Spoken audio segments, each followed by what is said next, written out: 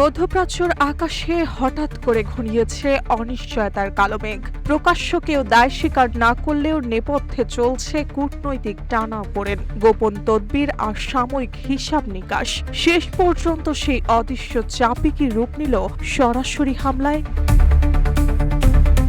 মার্কিন সংবাদ মাধ্যম দ্য ওয়াশিংটন পোস্ট এর প্রতিবেদনে দাবি করা হয়েছে, ইসরায়েলের প্রধানমন্ত্রী বেনিয়ামিন নেতানিয়াহু ও সৌদি আরবের যুবরাজ মোহাম্মদ বিন সালমানের প্রত্যক্ষ মদদ ও কূটনৈতিক চাপের প্রেক্ষাপটে ইরানে হামলার সিদ্ধান্ত নেন যুক্তরাষ্ট্রের president Donald Trump.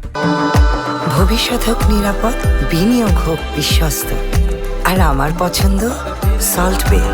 Welcome to salt বে। চারটি মার্কিন গোয়েন্দা সূত্রের বরাতে প্রকাশিত ওই প্রতিবেদনে বলা হয়, মধ্যপ্রাচ্য যুক্তরাষ্ট্রের দুই গুরুত্বপূর্ণ মিত্র গত কয়েক সপ্তাহ ধরে ট্রাম্পকে সাময়িক পদক্ষেপ নেওয়ার পরামর্শ দিয়ে আসছিলেন। প্রতিবেদন অনুযায়ী নেতানিয়াহু দীর্ঘদিন ধরে ইরানের বিরুদ্ধে কঠোর সাময়িক পদক্ষেপের পক্ষে অবস্থান নিয়ে আসছেন। অন্যদিকে মোহাম্মদ বিন সালমান গত মাসে একাধিক ব্যক্তিগত ফোনালাপে ট্রাম্পকে সাময়িক বিকল্প বিবেচনার আহ্বান জানান, যদিও প্রকাশ্য তিনি কূটনৈতিক সমাধানের কথাই বলেছেন। মার্কিন গোয়েন্দা প্রতিবেদনে আরও উল্লেখ করা হয়, আগামী দশকের মধ্যে তেহরান থেকে সরাসরি মার্কিন মূল ভূখণ্ডে হামলার আশঙ্কা তুলনামূলক কম। তবে আঞ্চলিক নিরাপত্তা ও মিত্র দেশগুলোর উদ্বেগকে গুরুত্ব দিয়েই ওয়াশিংটনে সিদ্ধান্তে এসেছে বলে ধারণা করা হচ্ছে।